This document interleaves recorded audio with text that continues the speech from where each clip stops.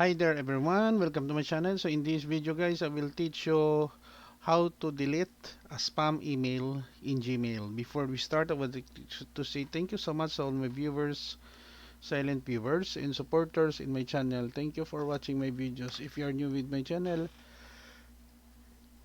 if then you like this video, please hit the like button. Don't forget to share and please support my channel guys if you are new by clicking the subscribe button. So let's begin.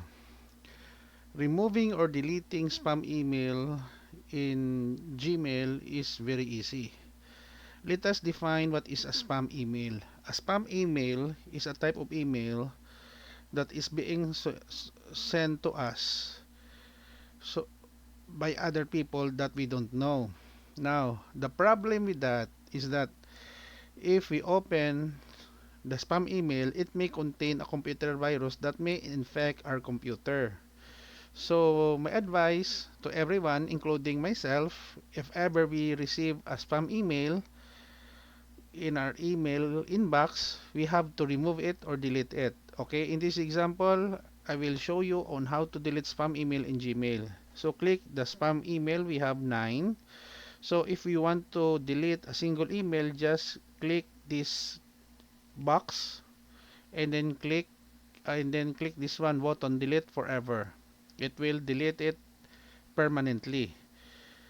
Okay, another example, this one, click forever.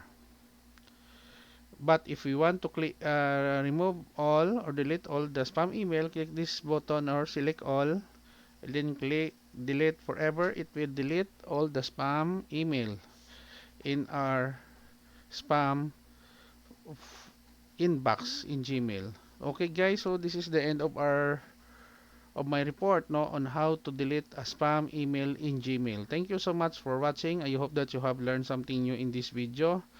Don't forget to like, share, and please support my channel guys if you're new by clicking the subscribe button. See you in the next video tutorial guys. This is your friend Jake saying well bye bye for now.